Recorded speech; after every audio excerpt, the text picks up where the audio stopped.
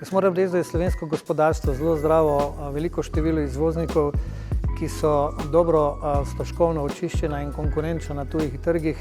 Slovenski izdelki, znanje so zelo cenjeni na mednarodnem ekonomskem področju in moram reči, da uspešna slovenska podjetja dosežejo zelo dobre izvozne rezultate. Pa predvsem je slovensko okolje, prej bilo industrijsko okolje v bivši Jugoslaviji, generira veliko znanja, generira veliko razvojnih možnosti, generira pridne in sposobne delavce, tako da če bi še davčni okviri bili na en način bolj sprejemljivi, bi to okolje bilo zelo konkurenčno in mamljivo za marsikaterega vlagatelja. Povezava med športom in gospodarstvom je neizogibna.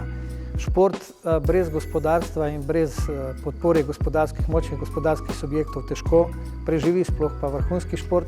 Seveda na vseh dresih ali pa športni opremi se nahajajo športni kolektivi in gospodarski subjekti, ki te športne kolektive podpirajo. Z doseganjem velikih športnih uspehov se promovira šport, promovirajo se pokrovitelji in tudi država. Tako da je šport nekje največji ambasador in promotor kako gospodarskih subjektov, tako tudi države kot celote.